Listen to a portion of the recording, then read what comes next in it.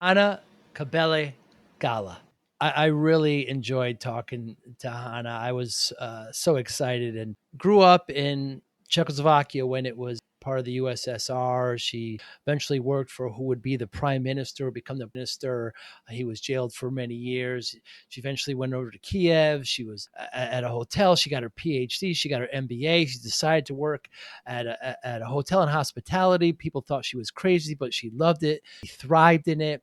Now she finds herself being a professor in the northwest of the US in Seattle, teaching business. Fascinating conversation. She's really focuses on self mastery and self discovery. And she backs it by science, art, and nonverbal experiences. So I just start with that question. How can we have develop self mastery, self discovery with science, art, and nonverbal experiences? Art and science sometimes are opposites. Certainly they work together, but people have a scientific approach, they have an artistic approach. Sometimes they blend the two. A fantastic conversation about it, and really her take on discipline. She actually brought it up before I did, which is rare. But her take on it, given her background and given her education, her experience, and what she teaches now as a professor and coaches too, is very unique. Very unique. How she's motivated and how she measures success. Really, really enjoyed the conversation with Hana. It went over an hour, and I enjoyed every second of it. I know you will as well. Thanks for listening. Hi, I'm Joey Pinz. People ask me, how did I lose 130 pounds? The quick answer is always discipline. I started my business, wasn't paying attention to my health, was eating too much, drinking too much sweets. My daughter was born. Next thing I know, I'm pre-diabetic, I have hypertension. I knew something had to change. Discipline. I, like many of you, have faced many challenges in your career, in your family, in your life, in your faith. How did you attack them? How did you approach them? How did you solve them, hopefully? It all had to have some degree of discipline. I'm also asked, how did you found and start a tech business that lasted over 25 years? Discipline. I was committed to it, enjoyed technology, didn't enjoy some aspects of it, but knew it was necessary. Discipline. Our podcast mission, how do we use discipline to better ourselves and society? Join me, please, as I talk to interesting people and discuss how they use discipline in their family and their passion and their careers and how it helped them.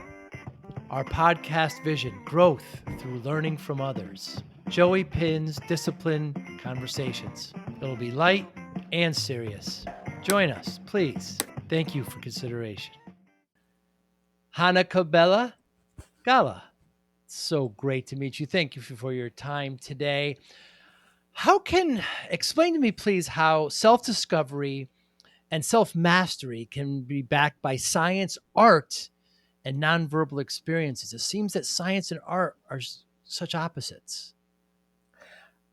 Well, hi, Joey, and it's a joy to be here. Thank you for having me. Um, it's so interesting that we think this, that art and science and our cognitive understanding of the world are somewhat at opposite ends. I think it's a pretty uniquely Western culture approach, and fairly new one when you look at the history of humankind. And yet we are so used to this idea that it makes perfect, like nobody even thinks twice about it. Of course, science and art are like two completely opposite things, and or the way I think is very different from the way I create or experience emotions. They're all very different things. And in fact, this is not the case at all. And so I got to back up a little. I come from both academia, but I teach at South Seattle College.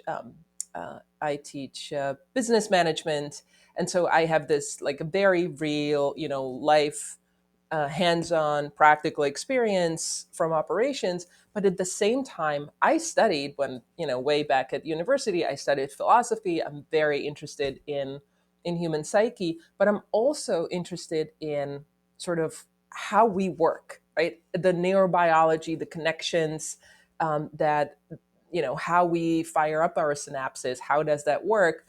So I started a decade ago, kind of veering into the world of coaching and sort of looking at self mastery and how we know each other. And as a tangent and a kind of sidebar, I think there is a fine line between being self obsessed and borderline narcissistic, Hmm. and not knowing enough about ourselves. So there is, we cannot, to me, self mastery is everything, because you know thyself was the sign in the Delphi oracle. And this is a story that goes way back to Socrates. And like, is he the smartest? Somebody said he's the smartest. Is he the smartest man in the world? And I love Greek mythology and antiquity, and all of those myths, and we can dive into that. But so this is a story where, Socrates was told, somebody said, well, let's ask the oracle if he is the smartest man. And um, and it's a terrible thing, because when you think about it, like, you don't want to be named the smartest person, because there's an emperor, and there are gods, and how full of yourself are you to admit that you, or to think that you are the smartest person? But oracles were always kind of giving you these. It's like, horoscope these days. It's like, it could be this or it could be that, and you can interpret it this way or you can interpret it the other way, and or you will, great challenge will come your way. Yeah, yeah, right. Like, everything can be. Yes, this is definitely going to be the case. But what happened with Socrates was that he actually got his answer, and the answer was, the Delphi oracle said it's true. He is the smartest man, Hmm. and he struggled with it. But he realized that the reason why this was the answer was because he was so utterly aware of what he didn't know. Right, like, he understood himself to know how much he doesn't know. And that is, bear with me where I'm going with this. For me, going back to your question about self mastery, you have to understand how you work, not biologically or not neurologically, um, not even, sort of in the sense that I like this, or, but really understand what makes you unhappy, or what makes, you respond certain way or react certain way. And and knowing also your fears and your weaknesses, because there's this idea, and we are sort of in this world where we don't have to be challenged all the time that much. There's no lions, there's no bears, there's no Right. war, on our doorstep at all times. So we're sort of in this very comfortable, easy mode, and we don't have to be faced with daily struggles that most of our ancestors were, day in, day out. But that makes us believe that we're actually better than we might be, and we're not being challenged all the time. But being challenged is important, because you're not good because you are not challenged with difficulty. You're only good when you're challenged with difficulty and you respond in the right way. Hmm. So, self mastery, knowing yourself, is helpful because it helps you be better, be more in the world, experience the world. And it's the best way that we have to be more empathetic. If I know that I can, how exploitative can we be on your podcast, by the As way? much as you like, All right. Hana. So, as a professor, I sometimes, have to check the condition Oh, of the setting. But yeah, like if I know that I can fuck up at any moment in this particular condition, right? Like given these conditions, I will probably, screw this up. And or it is likely that when it comes to these things, I will make a wrong choice because I'm driven to, by certain demons in my past or whatever it is. Understanding that about myself gives me way more empathy and understanding for the other. And this is hmm, one of the big themes that I have, because I think, we talk about so much, and I live in Seattle. There's this drive for equity and anti-racism, and all this is important. But I think that where we only can succeed is seeing each other on this personal level, not as a representative of this color or that shade or that gender or that, it's, you have to see me as a person. And you will only see me as a person if you can understand my personal struggles because you understand yours. hmm, So you might not understand the personal struggle of a person of color in particular, historical context, but you understand suffering. Like certainly. if I experienced miscarriage, I will understand somebody else's miscarriage somewhat, on a much deeper level. But if I Mm, did never have that experience, but I know suffering, I lost a loved one, I can sit with that sadness with you and have empathy and understanding, and maybe understand why you did what you did after, right? Or whatever that context might be. So back to your original question, the self mastery is absolutely critical because it helps us be in the world, and it helps us relate to others in a profound way. So that's your A. And the B is the very few people can think their way into knowing themselves better. And I think that's what's really interesting, because I'm going to be again going a little to historical setup, but probably Thomas Aquinas and Saint Augustine, right around there, we started this division between spirituality and science. hmm, Up till that point, university, the word means that you were getting a universal education hmm, about, the world. Science, and also kind of the religious, the spiritual part. Sometime around, Augustine, this stops being the case, and then, Martin Luther shows up, and everything goes down with his kind of sort of pressing of division. And you can access your own God, and that means that you don't need monastery, and we don't really need universities the way they are, et cetera, et cetera. The point hmm, being, we have this division, or this idea that everything that you're learning and you're understanding about the world must go through this prefrontal cortex. That's the newest part of your brain, okay? And it's where we process language and logic. This is not where you make decision. hmm, What does that mean? That means that a lot of information, this is where I'm a big fan of embodiment. a lot of the information we get about the world, about each other, about ourselves, we get through our bodies. It's a cellular level.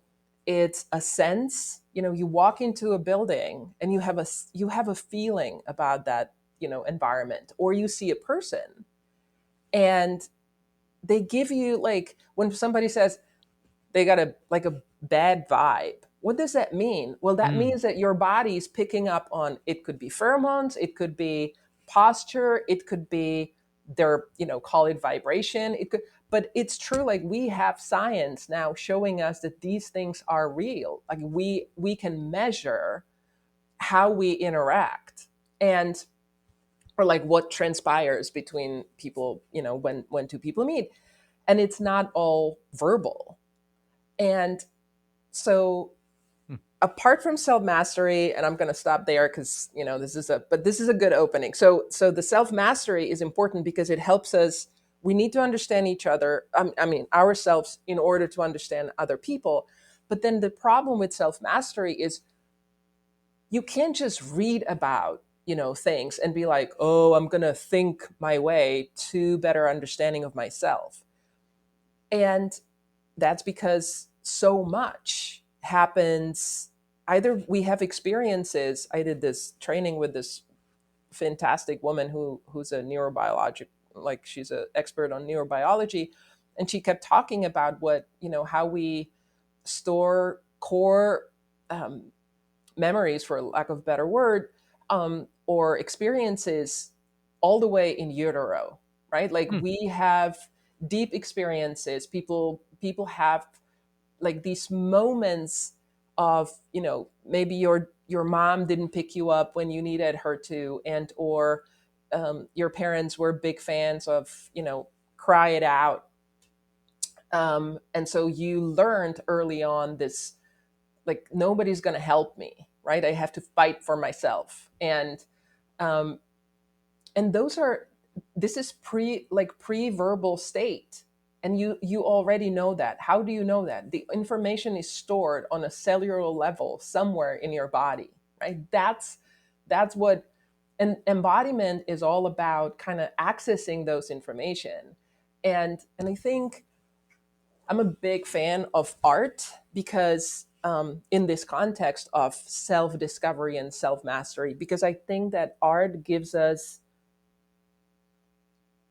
access to these non-verbal, or experiences that we didn't know we have, and or we are discovering that they have some meaning for us, right? Like, it could be, I was talking, I was on another podcast, a couple of days ago, and we were talking about how, when you're a teenager, I don't know how you were when you were a teenager. Were you a super good boy and Oh, never did a bad thing in my studying? life. Never.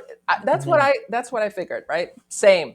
I was totally, straight Angel. A's. Angel was Angel. my nickname. Totally. Yeah. Yes. How did we get the same nickname? Mystery. Odd. Odd. Um, so it would not be us, but there are some kids who, um, let's say this teenager is in a, like, it's a confusing time, right? So your body is changing, the hormones are raging, the school is a drag, teachers are idiots, your parents turn out to be not the angels who you thought, or gods that you thought they were, right? Like, suddenly you're realizing, like, they're just people. What? How did that happen? And and it's all very confusing, and there's no, like, it's just too much. And it turns out that the only place that makes you somewhat feeling whole or comfortable is your own room, when you turn the dial on the radio, and I'm old school, so radio, and you blast some, like, death metal, like, really grungy, like, you bang your head and just, like, all out rock out. You don't know why, but it gives you peace. It Mm. makes you feel like there's something that's being released, or something that resonates. And I think that's the beauty of art. It's for most part, it's nonverbal. Even books give you a feeling. They get you into a place of, oh, I know this. This is, um, the term that I think Buddhists use is sati, right? Remembering, the sort of like knowing the world, remembering a state of being in different ways. So that's my spiel, and that's my way to art and self mastery. That's my connection.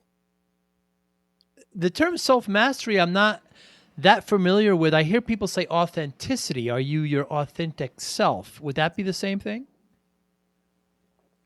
So I think authenticity is it's an interesting concept, and I'm glad you're asking this. So we clarify. The way I understand authenticity is actually Shakespeare. It goes way back to Shakespeare, who, it's in Hamlet, where he, not Hamlet, it's is it Laertes?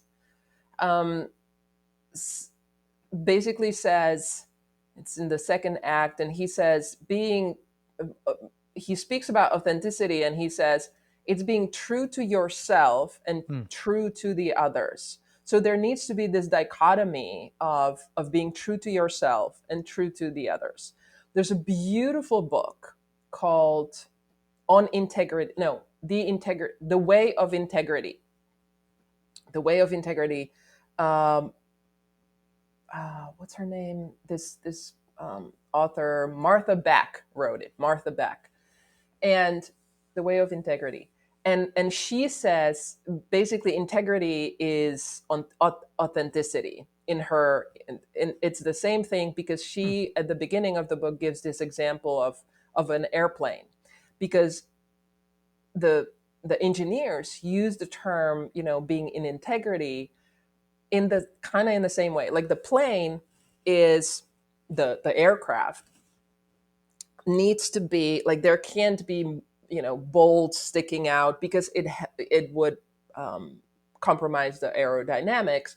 So it needs to be super smooth, and it needs to be in integrity, as much in integrity, aligned as possible. All the parts need to be as aligned, as in integrity as possible.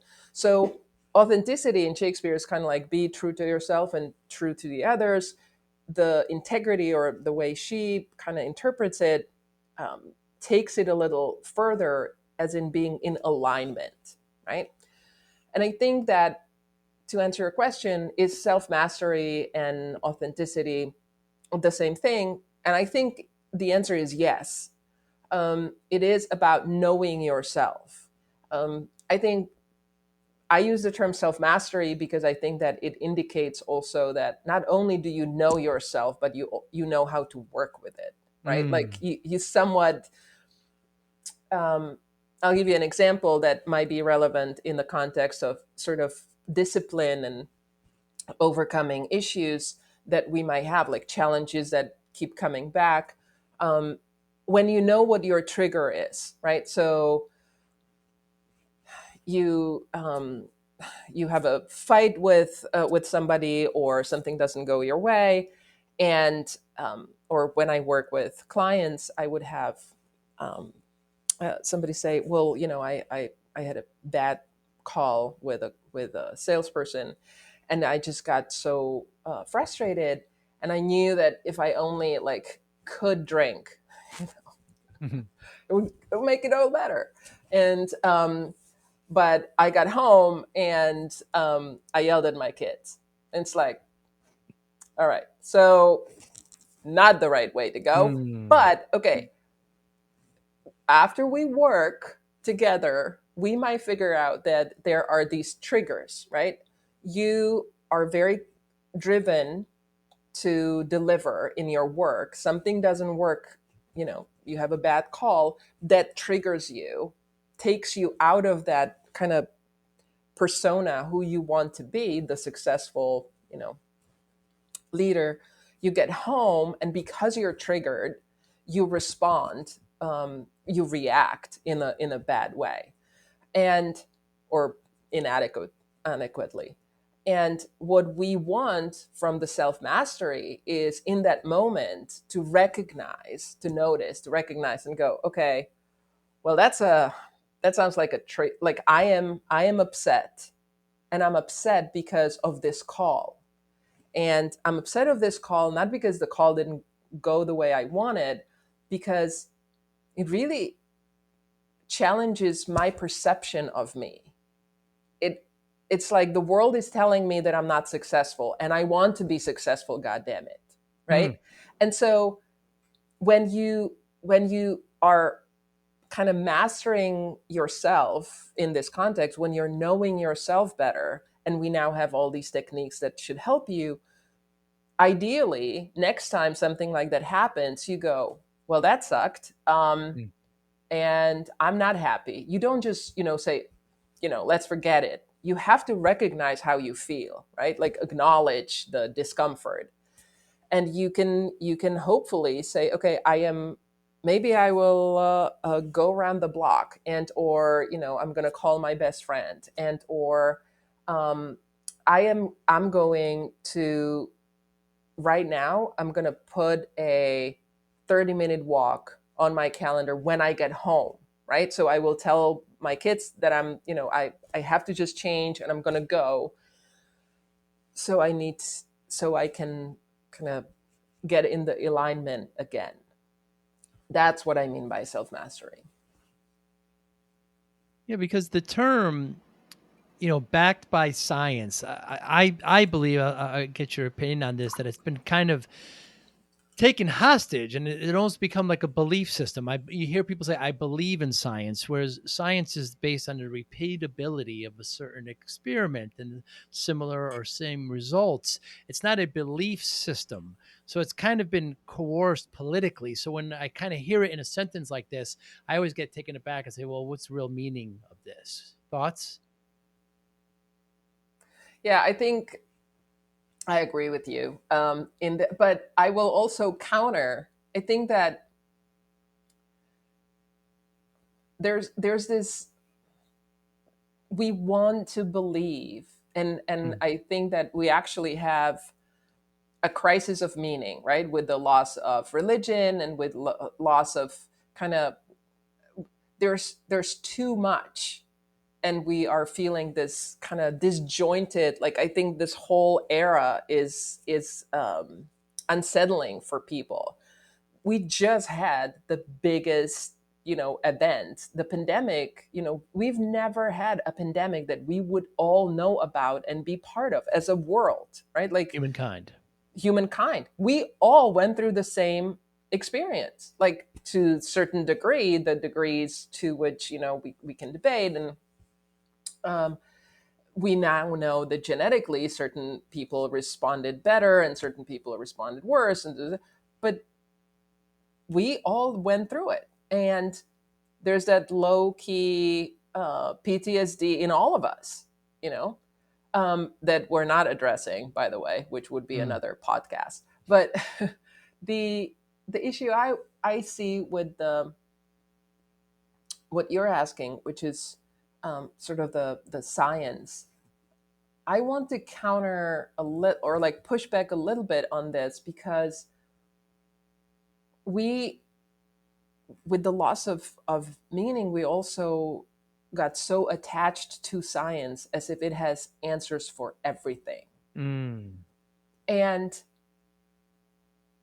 it doesn't, Right. because science can tell us so much about the world, but it really does not have answers for our souls. Right. It doesn't.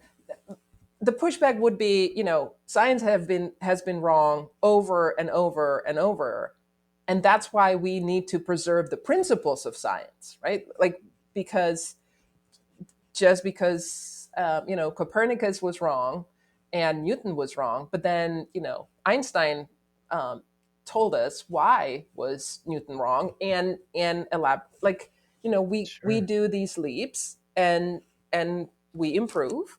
The problem is when you say science is sacred and we can question it. Like, I think that's Mm, when we have an mm. issue, right? So these days, when people say I believe in science, I love it. Like, Seattle is full of all these signs. In Yes, every yes. single yard we have a sign, um, um, how you believe in science. And I always chuckle a little. I'm like, which one?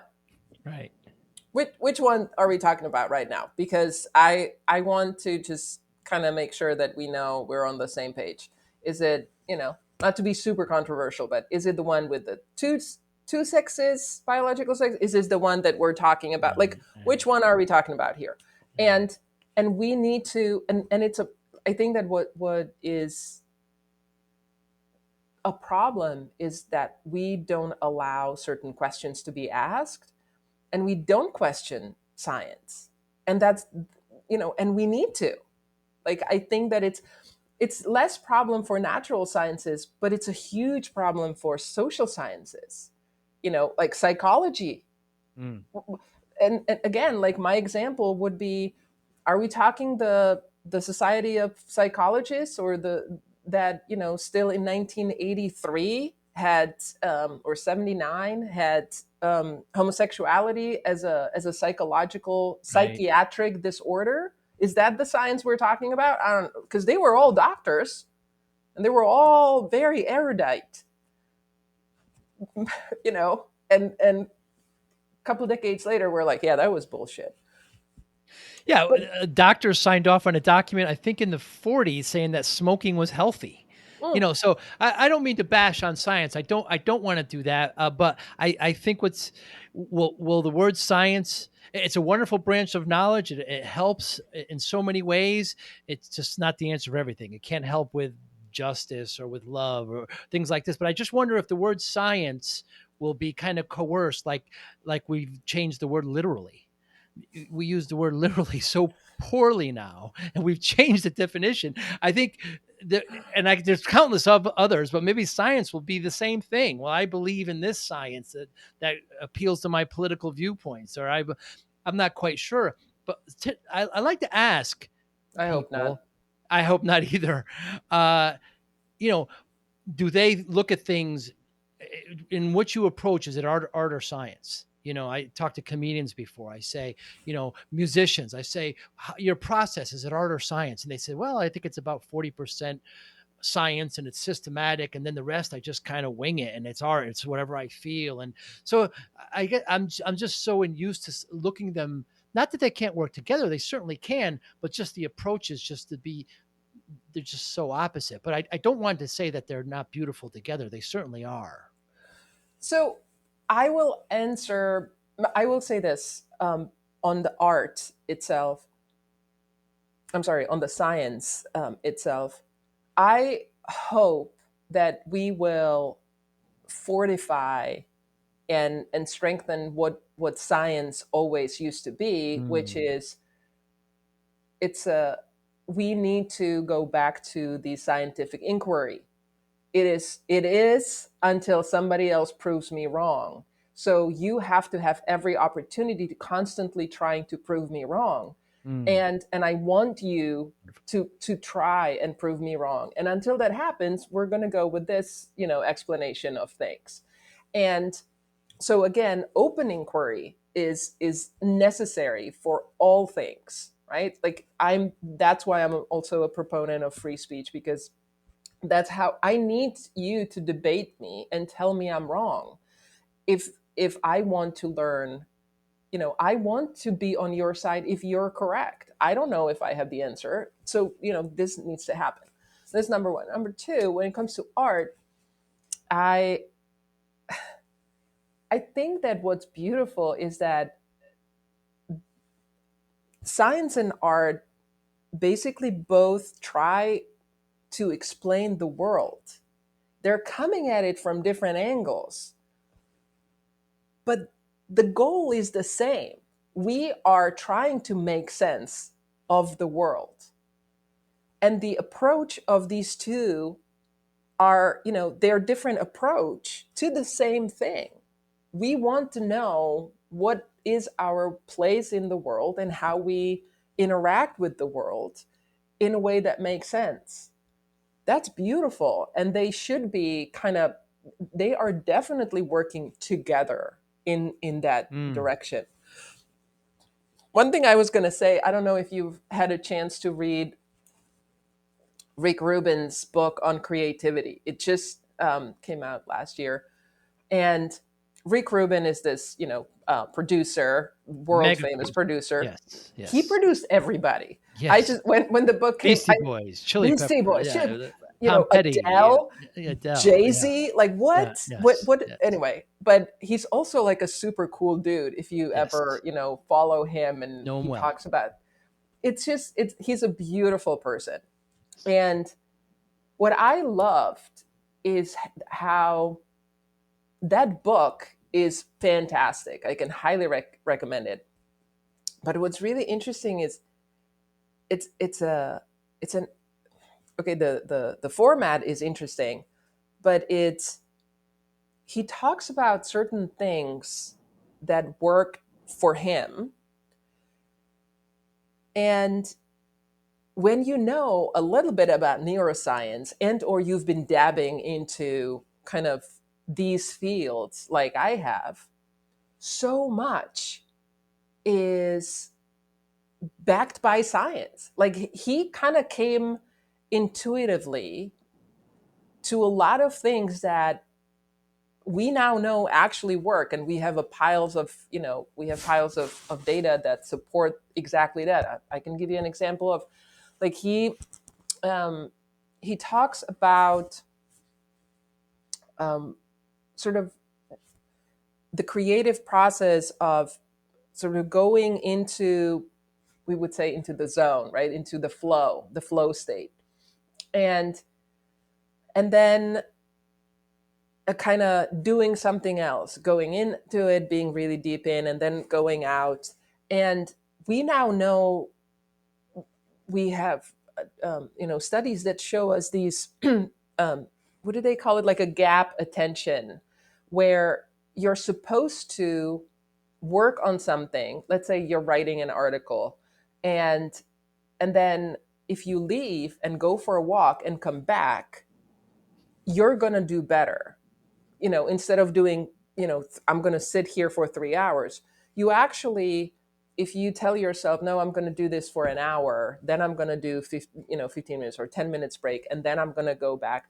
The the um, your output is going to be staggered, and instead of going like, kind of slow increase, you can leapfrog, and you can actually achieve more, and do more, because you're cognitively more calibrated. It's a change of aperture, so to Hmm. speak. It's where you look very closely and you're like focused, and then you look at that thing sort of from a different perspective, and then you go back in. And so there's piles of studies that document this, but Rick Rubin talks about it in his book because he just learned how to do it. Like, it works for him, right? It's a really beautiful. um, I think like that book comes to mind as a perfect answer to your question, where science and art meet. Like it can be, or like behaviors, and I think they both look at, and they're trying to help us, tell the story of our lives, which is something we all struggle with, and finding our kind of understanding of the world. So in that sense, I see them very much as complementary. You also make the point when you talk about, you know, the art of, knowing the world. You talk about martial arts, meditation, nature, that are all part of that kind of sphere as well. Yeah, because I think so. So some people really dig art, right? Like Mm. and I use art because I think um, people can kind of connect that to, oh, I can see. Like, I'll give you another example. I went to see the Killers last year, a couple Whoa. months ago, and at one point, I looked around. It was a beautiful show, by the way. Yes. Great show. And I look around, and it's at this big arena. There's what, 20,000 people, and they all jump and sing in unison. And there's lights, and there's this energy. And I love live shows for that reason. I love theater for that The reason, energy. because you cannot, there's something intangible but very palpable that happens between the stage and the audience. Like, there is this energy. And I was looking at this crowd, being in unison, and this like mass of people so happy and on the same wavelength. And it's so joyous.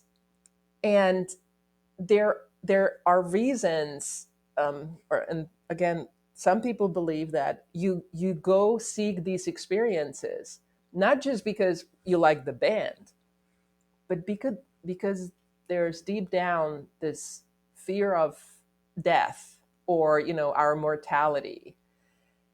And when you're with other people in that crowd,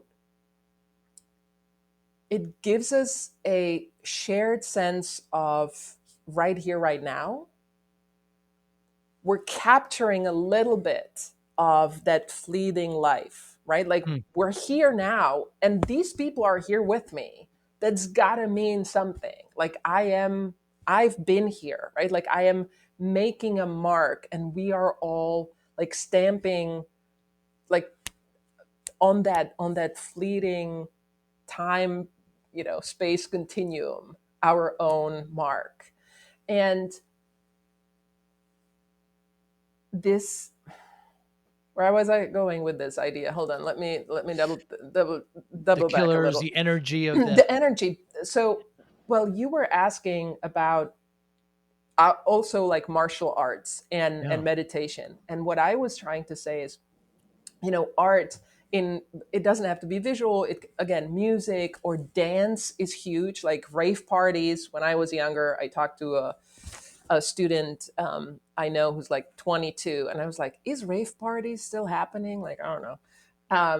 And he was like, his answer was brilliant. He goes, "We have our ways," and I was like, "Okay, dude, I don't know what that means, but I'm glad that the new generation Rock came up on. with All right. something like, yeah, you do you."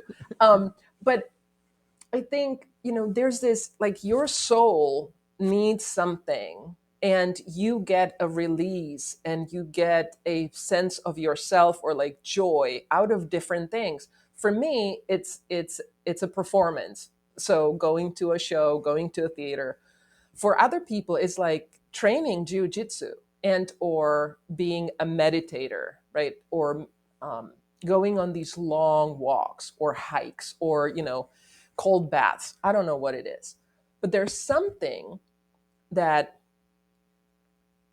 takes you out of your regular self, that helps you understand a little bit more about yourself and the world. And I'm a big, big fan of this, um, because I can I see it happen with my clients and my students and myself all the time. Um, do you know that 9 dots problem?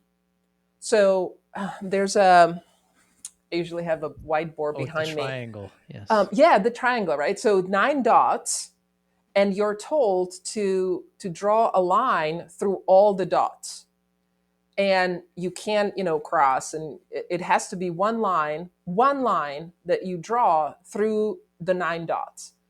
And people are like, it doesn't, what next? And you go, well, there is a solution.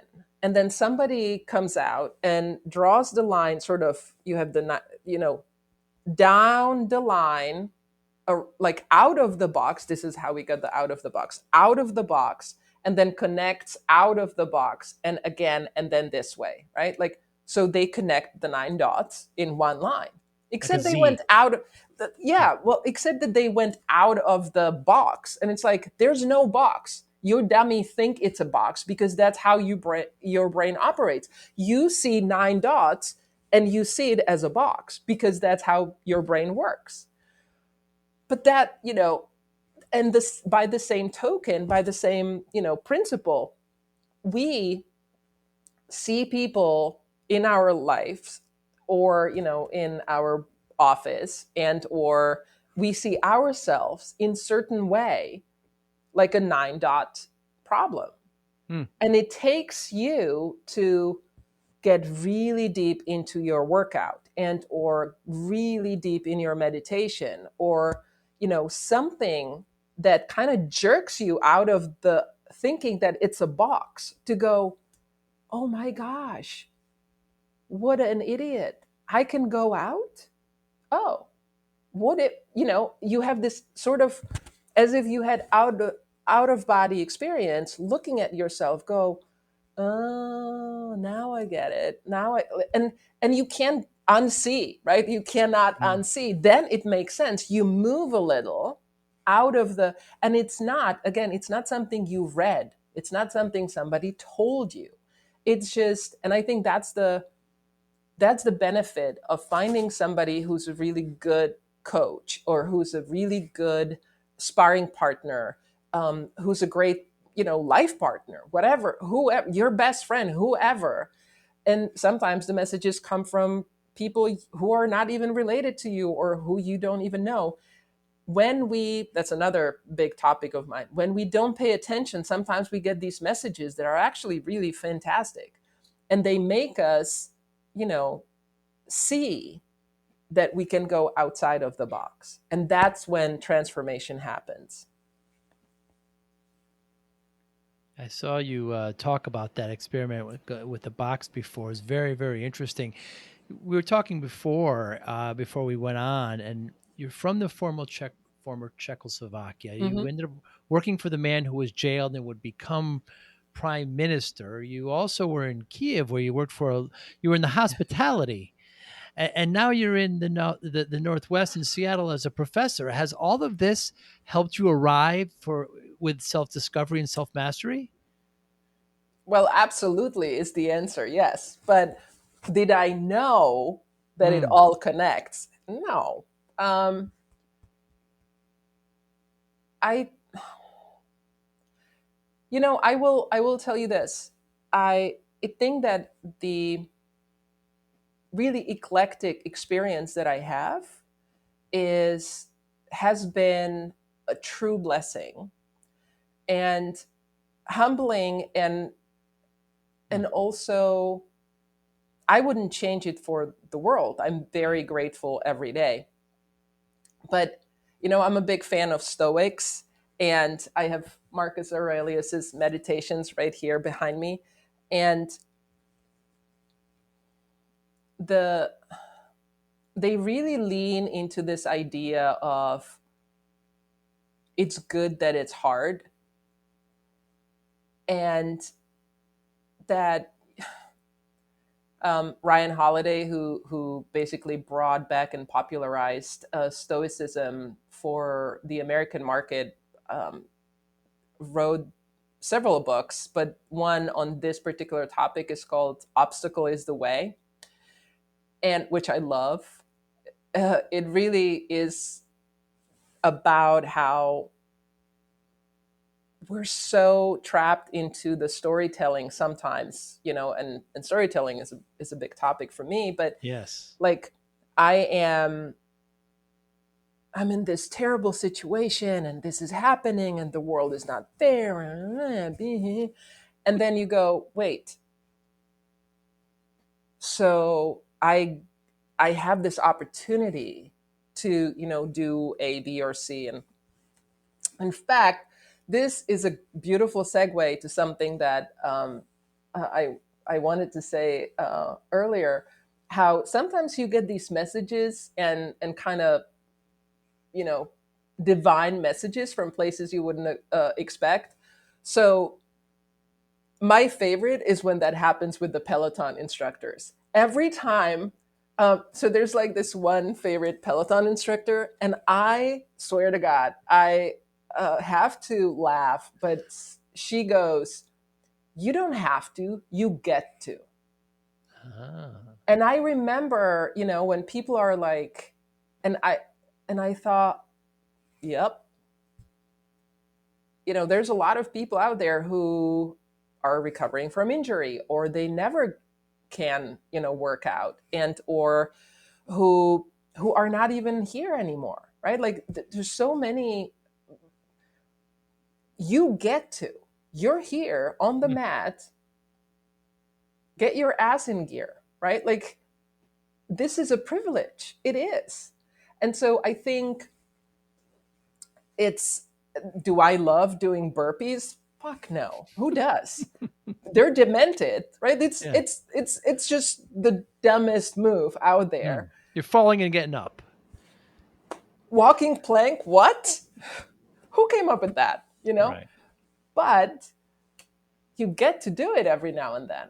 And some very dedicated people do it regularly. Good for them. Um, so I think the idea that we,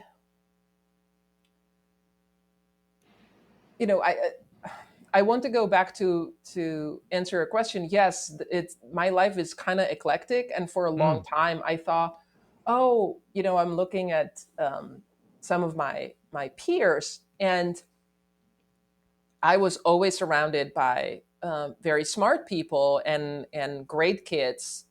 You know, in retrospect, we all thought we were invincible geniuses back in high school, because every kid does, I think, or like it's a sign of the age. But I was very lucky. I had some friends who really made it also to very successful careers and blah blah blah, and that's great.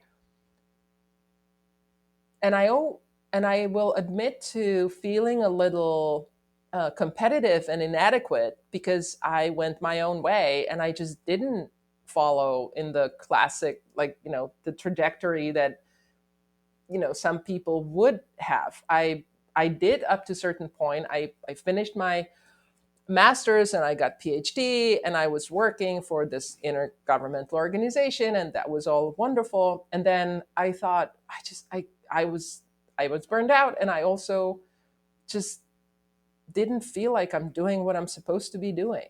And I started working at the hotel, and everybody, every single person in my life was like, "You're nuts. This is insane. You're throwing away your education. You're Mm. throwing away your potential.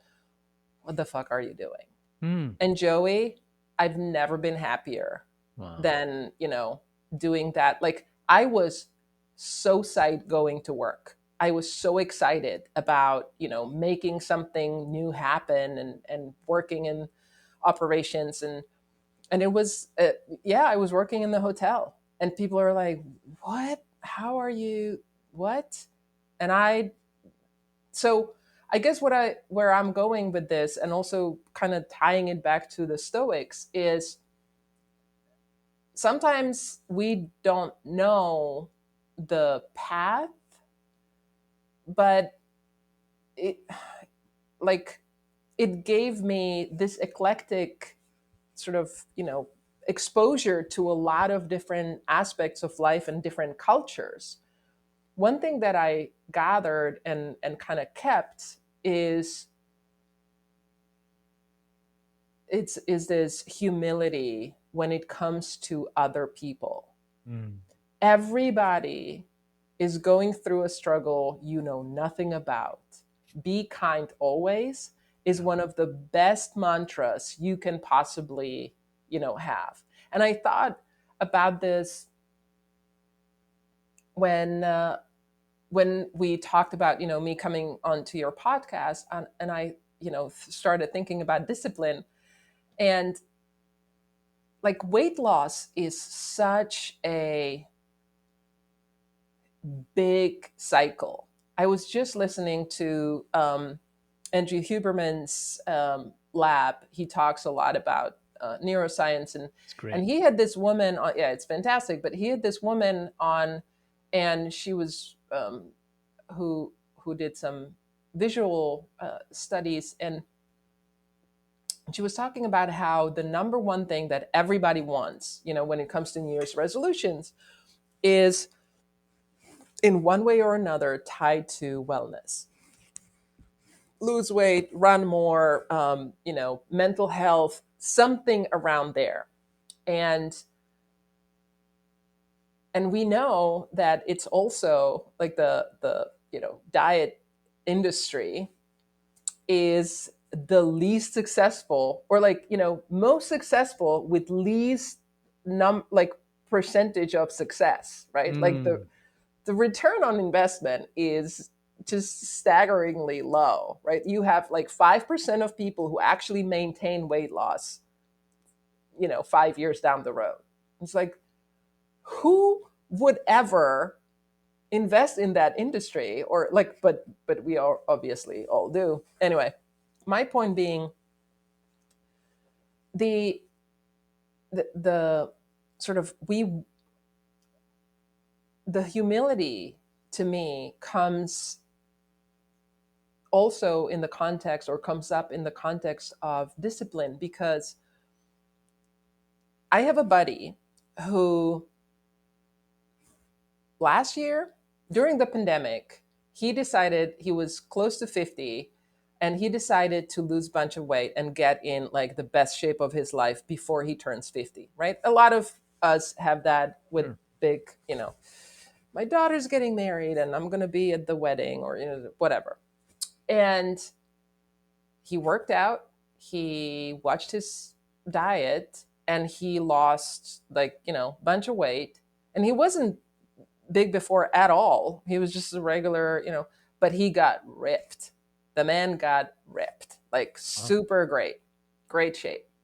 And, great, good for him.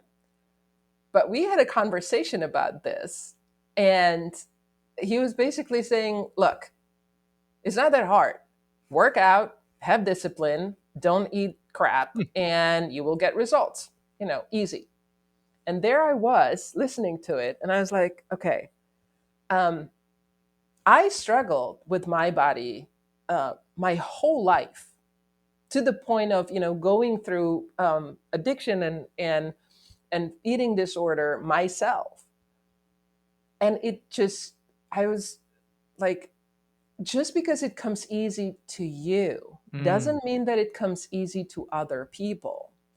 And I have been working with people who have, it's never about the food. It's okay. If it's only about the food and the discipline, then good for you, but you're the unicorn. There's very few people for whom this is about the food. For most people, losing weight and or getting into some kind of routine is much deeper. It's, you're feeding, like you're trying to fill the hole left in your Mm. heart because something happened when you were a kid.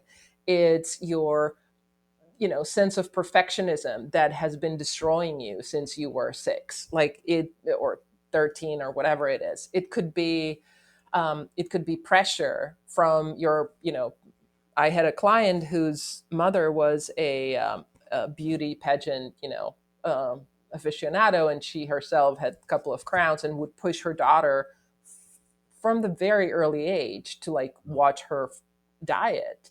And it messed up the kid so bad, right? So now she's a grown woman and she still struggles with these cycles.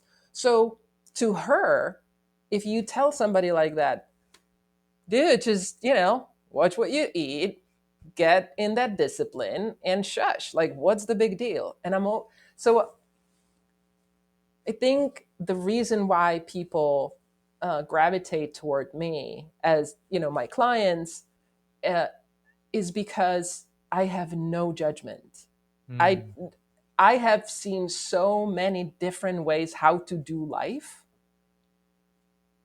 and it might be your journey.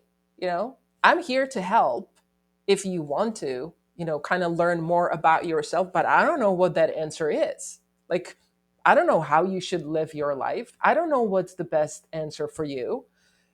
I'm happy to help you figure it out for you. Like, you will figure it out. But I don't know. And I think that there's this, there's value in creating space and creating conditions when people feel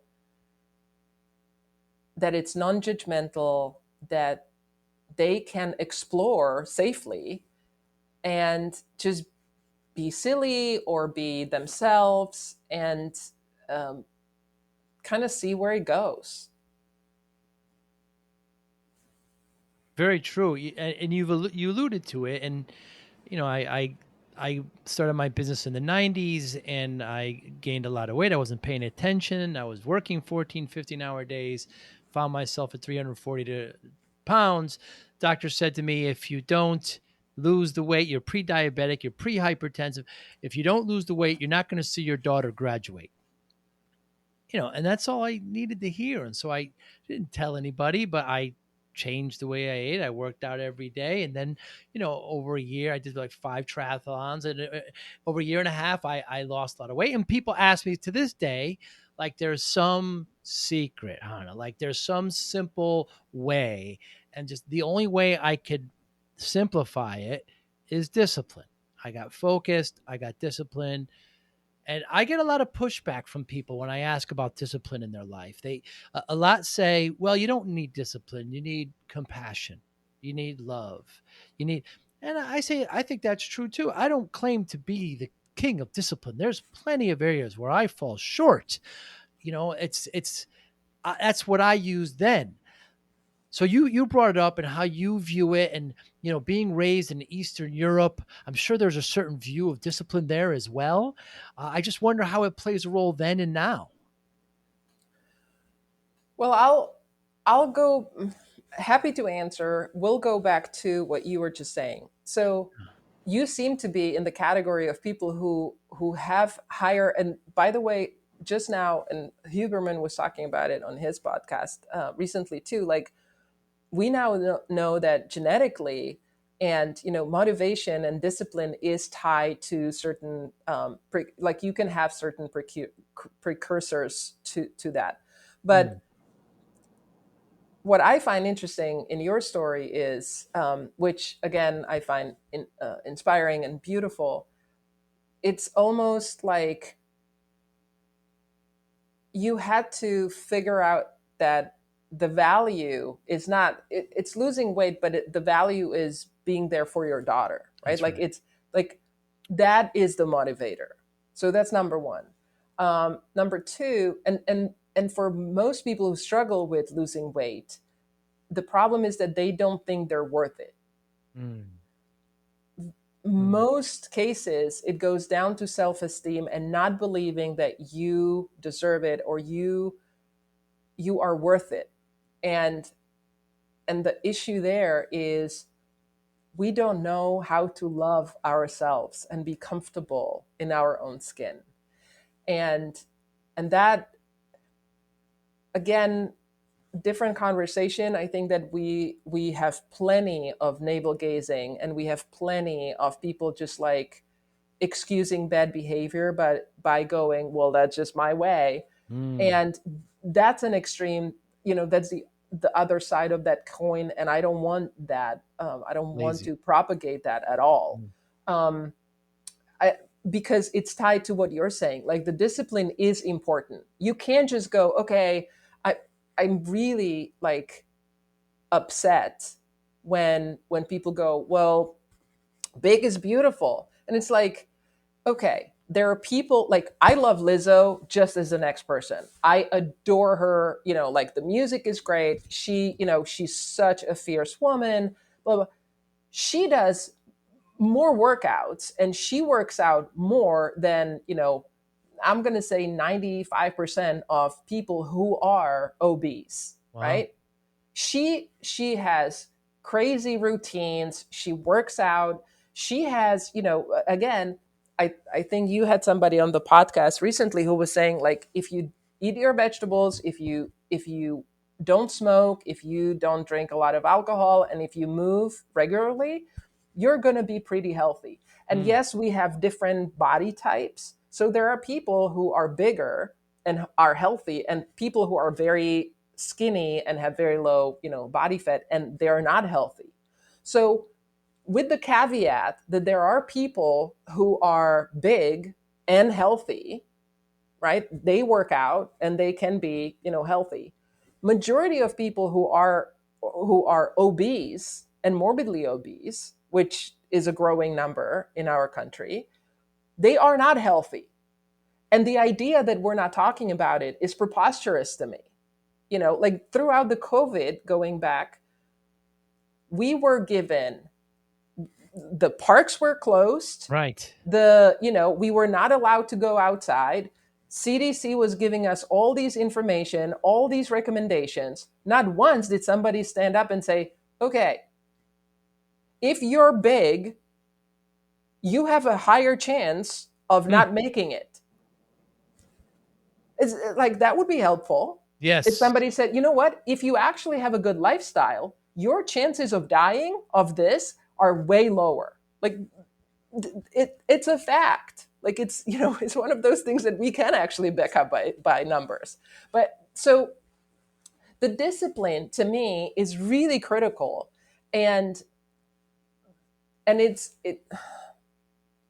and you can't just say, hey, I am this way. And I think it's preposterous to think that people will like you just because like you want them to. You need to like you, and you will like yourself if you stick to your discipline, if you stick to your routine. Hmm. There are these protocols in place because they help us to kind of reassure ourselves that we can stick to a plan. It's the difference between getting and being, right? Like getting to certain point versus I am that person. Like you probably discussed this on your podcast before, but James Clear and his Atomic Habits is the absolute, change maker in this context, because I use it in my class and I talk to my students about this all the time. It's this idea of incremental change that leads to big gains over time, but also it's not the goal. It's not I'm going to lose 30 pounds by my daughter's wedding, or it's not about uh, you know getting to your body by summer, or reading 3 books by next Christmas. It's about becoming that person and Hmm. adopting it as part of your identity. So you would say, I am a weightlifter, or I am a runner, I am a book reader, right? Like the fact that I read every night means that I'm a book reader. It's not about that goal of completing 7 books or 12 books or whatever your goal is for next year. It's about reading consistently and regularly so that you can say I'm a reader, right? Like I that being is actually psychologically really important, because Hmm.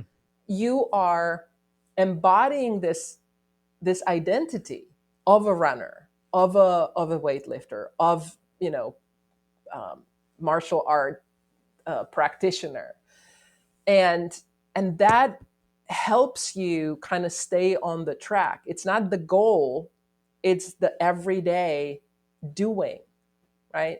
And I think in this context, motivation is fleeting, discipline is forever. Hmm. Like that's the one that keeps you. And I think brains in this context, our brain is really bad ally, because I was listening to, what's his name, Jacko Willing, the Navy Jocko Willing. SEALs. Yeah, Yes. yeah, yeah. So he's the Navy SEALs um, commander, but also now he wrote a bunch of books. He has a Yes. podcast too, blah blah blah. Wonderful. And great guy. Uh, Seems like never met him, but everything he says seems to be supporting that evidence. And he was talking about his routine. I don't know when I heard it, and what I like is he was saying, there are days when I wake up and I don't want to go to gym. I don't, but I don't allow myself to think about it, right? Like the alarm goes off, I go. Like Mm, there's there's no debating, like that's right. I go. And I think that there is this almost epidemic of us dwelling way, like again, and that's a really fine line because we need to navigate it. Like, yeah, we want to pay attention to what we're doing and how we're responding to the world and how we are reacting to the world to gain that insight and be better at the self mastery. Like that's absolutely critical and important. And at the same time, there's this danger of being narcissistic and kind of Mm, there's too much navel gazing and too much of I am this way and you should like me and love mm, me this way no matter what. And it's like, well, okay, so first of all, do you like yourself this way? mm, And I think deep down, again, going all the way back to integrity, you would find out that a lot of people who say, hey, you have to like me this way, deep down don't actually believe their own Kool-Aid and they don't believe, they don't love themselves this way either. So then that's much harder for everybody else to get on board. And discipline really helps. And it's the small incremental changes. And again, knowing your triggers. Like I know my triggers. I know that if I don't stick to my protocol, I call it protocol because I come from, sciences, mm. but it's your routine. Okay, let's say routine. If I don't stick to my routine, I feel like shit. Who doesn't, Yeah. right? And then when I get back to it, I'm like, what was I thinking? This routine works. It always makes me happier. Why would I ever, drop from it? And the beautiful thing about, if I may, to kind of promote the Stoics one more time is, um, we I love kind of looking at the historical figures and looking at achievements of the greatest, individuals in the past, and always looking at like, but who were they as people? I had this conversation with my cousin recently. Like, if you look at Michelangelo and when he made Pieta, the one of the most beautiful sculptures in the world, and I had the chance to, see it, and I was standing in that cathedral. It's kind of on kind of like a right side. It's and I stood there, and I was like, um, he was 28 years old. Mm. What the actual f? Yeah, Like yeah. what were they doing anyway? But back to the Stoics. Like I think that we look at these guys and like, well, they were all like, weird, kind of, Coke glass, Right. nerds. And that's not true. They were all like, when you look, like I was, Marcus Aurelius was a hunter and a warrior, and he was an exceptional, exceptionally fit. Right, he was just like a real, and he was in the trenches and with his soldiers, and like a really like skilled in wrestling and well, like all that is true. Um, and most of them had some sort of a physical um, uh, training. Aristotle and Plato, they actually had that background too. We just don't talk about it. And what I think Mm, is really interesting is this idea that again we're being so disintegrated and removed.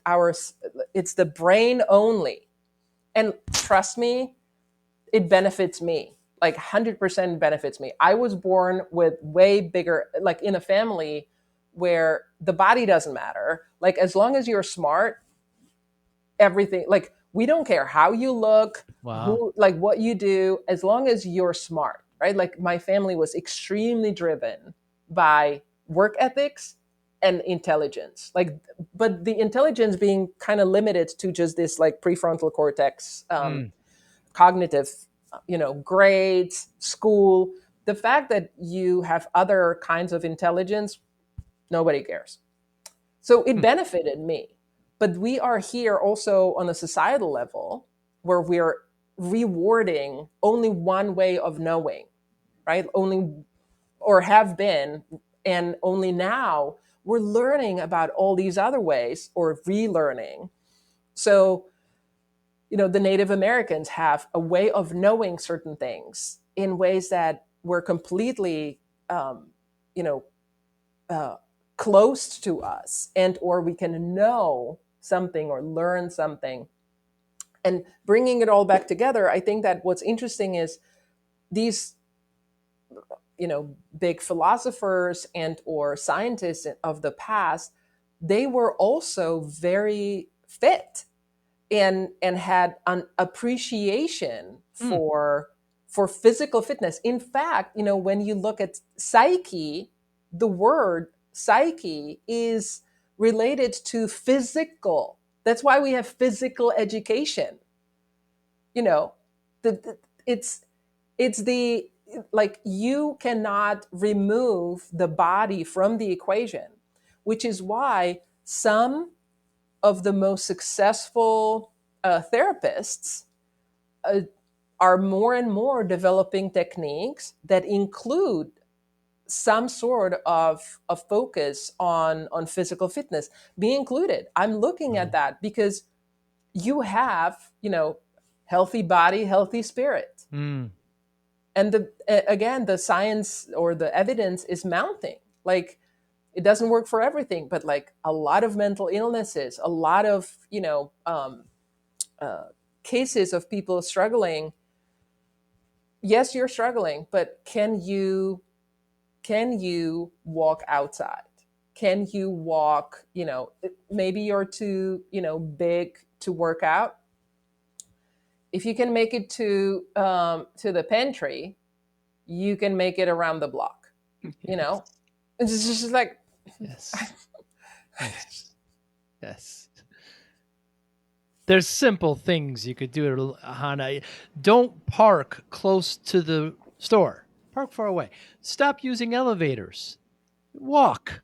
Yeah, there's just so many simple things you can do to, that just get that heart rate accelerating a little bit. But your point is really, I never quite thought of it that way, because when you see all of David's, you see, everybody's in really good shape. Everybody's in, everybody's there. Of course, there were much, I've been to Pompeii a few times and people were shorter, but they certainly weren't overweight. They weren't big. They weren't, it's very interesting. I never quite thought of it that way.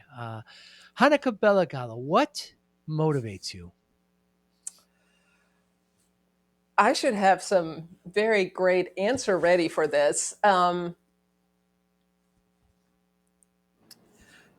I'll give you a flyby. I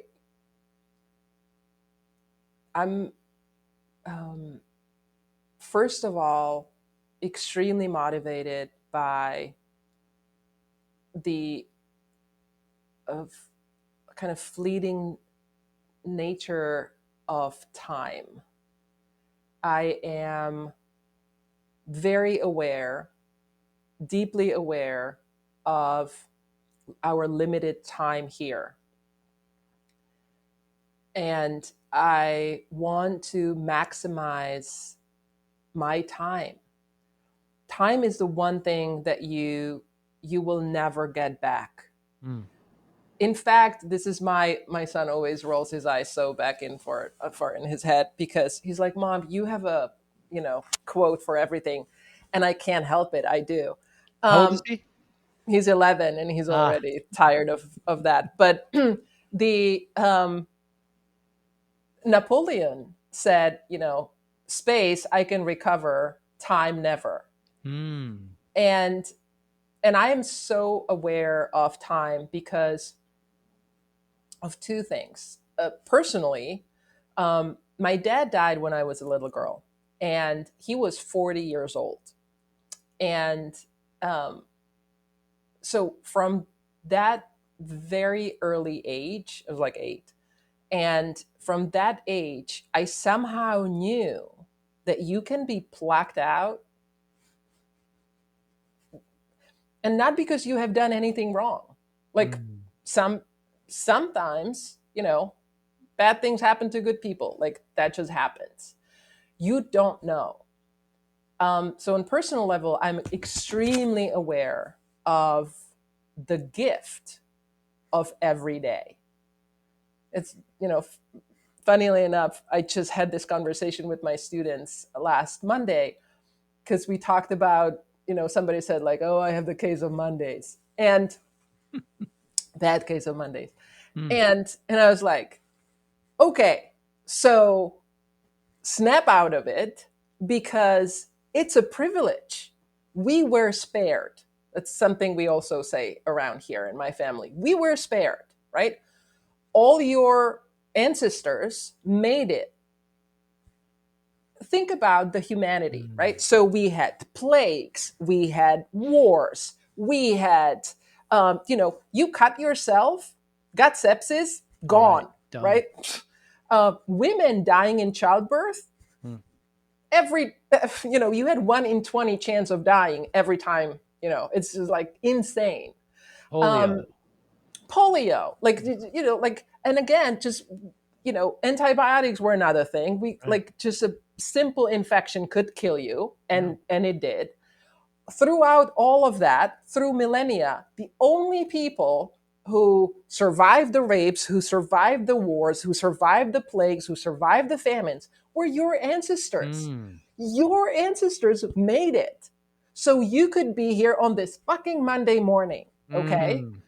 So get into some gratitude chanting Perspective. and Yeah. appreciate what you got. And also think about what you're doing with this day.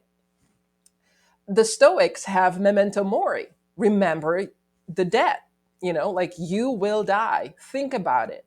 They even have this practice that freak out my students when I tell them, which is when you're putting your child down or you're kissing your lover goodnight or whatever you're doing at night, um, think about that might be the last time I see them, Mm. you know? And as horrible as it is, I bet you anything, you hold them a little tighter. You kiss Mm. them a little more warm, like it's Laurie Santos, who's at she's the Harvard lab person.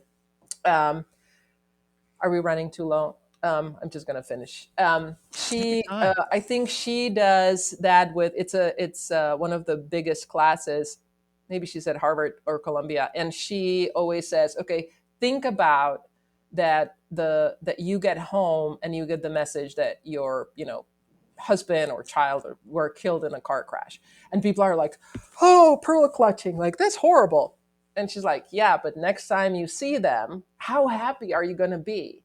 And this is, it's not about being morbid. It's about recognizing how fleeting we are. So kind of happy in this world where we like expect everything to be the same, and Mm. nothing can be further from the truth.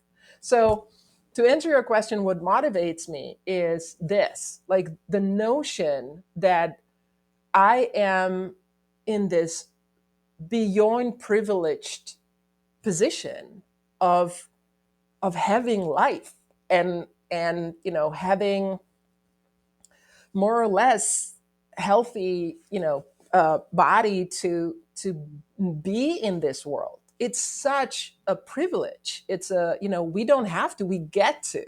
And that's beautiful. And I feel like some of my ancestry and the kind of the the drive for work ethics, borderline psychotic sometimes, but I think that also is helpful to kind of it's motivating me to not sit idle, because I think like in my family being idle is a sin, which is Mm. not, I don't recommend this as a policy. Like I think that learning how to be and relax, and you don't have to just be go go go all the time, is actually very helpful. Again, I'm not recommending it, but I'm recognizing that it's something that motivates me. um and so it's the deep, kind of understanding of the mortality and the privilege of being here, I I love my family, so my child, and that is a huge motivator. Like, I want to be a role model, and I want to have a good relationship with him and with my family, but also with my friends, sort of my next two family closest connections. And what motivates me is also that I feel like we all are given certain gifts, and I want to help those who would find what I have to say helpful, and kind of channel that. It's we all have different combination of things we can offer to the others, and if you don't tap into what it is that you were put here to do and to give others, and you don't kind of channel that and share it with others, I think then Mm, that is kind of going to eat your soul. that's tragedy. And it's a tragedy. I think it's a missed opportunity. And did I know this when I was 20 years old? Mm, Fuck no. no. But do I know it now? Yes. And do I want to give it, my all? Yes. So that's what drives me for sure. And given that, how do you measure success? Um, I think, to me, that's a I can give you a very long answer, obviously, but I can also give you a pretty short one, and that's by quoting, Maya Angelou, and say, people will not remember what you have said or done, but they will always remember how you made them feel. Mm, And I think, if I was to paraphrase that a little bit, for me, turning my life, or being myself, and able to channel whatever that gift I have is to other people, so that they remember me as somebody who um, you know made them feel better and or help them in certain way. That would be the best, you know form of success for me. I i have a, like, success, it's so, I think success is very individual and very subjective. And to me, it's never about the social standing or the money. It's way more about, did you make a difference? mm. I hope I And do. well, from what I know about you and what we've talked about today, I certainly think you have. I think you've made a difference. I was so excited when you accepted this, Hana, and I'm so glad we talked. I really really appreciate your time today. Every summer. I'm in the Northwest. I have some friends there, and perhaps we'll get together and have a cup of coffee. I can look forward to that, perhaps. But thank you so much for your time today. How can we find you? If anybody wanted to find you to do any coaching, where can we find you? So I am, basically, I have two or three hats, but the easiest way is to find me on LinkedIn. So it's Hana, it's Hana, Hana Kabele Gala, and I teach at South Seattle College, their hospitality management program. And I also serve as the director for corporate coaching with the consultancy Leadership Associates. This is a consultancy based in Vienna, Austria. And the consultancy, the company, is I it's like a gift from God's to Mm, me and to many women. The consultancy focuses on supporting people in their leadership development, training, and consulting. And they particularly work with women, and women in mid to high level positions. We did a lot of work with the UN, and there were projects in Africa, and there are ongoing projects with several corporations in the EU. But that's also kind of a hat that I wear. Leadership Associates, based in Vienna, Austria. Fantastic group of fearless women who do a lot of once a month there is a community of women. It's like a Zoom call that you go in and you meet other people, who I always feel like those are beautiful meetings when I meet somebody I would never have met otherwise, and I learn something every time. Um, and me, I'm on LinkedIn and I work with individuals, but also companies. So like, the traditional way is, a company asks me to. Last time there was a software company that asked me to come and speak to them about complex systems, which is not something that we cover today, but it's something that I also have talked about before. and Yes. and um, and then there could be, so I would do like like I would come as a speaker, but then sometimes there are teams that need a little help figuring out where they can do better, and I can work with either individuals and or the teams on that. Very good. And as you mentioned, Hana, Hana, Kabele, Kabele, Gala, Gala. We'll put it in the show notes.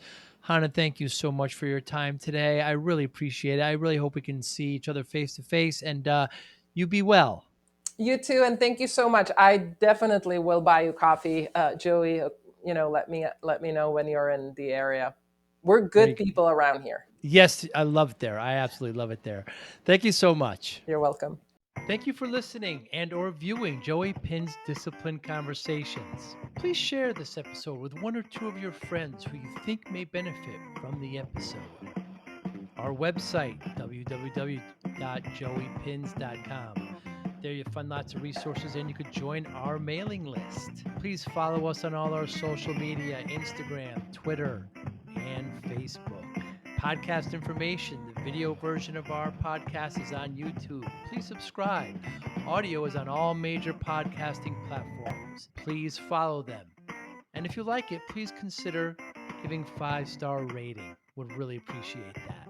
Would you like to financially support the podcast? You can go to our Patreon site. Consider $5, $10, or $20 a month. There's all kind of plans that we have there. There's like a one-time payment. What is this podcast episode worth to you? $25, $50, $100, $500, $1,000, $5,000. You be the judge. You can go to our PayPal account to do that as well. Thank you again for listening or watching Joey Pin's Discipline Conversation.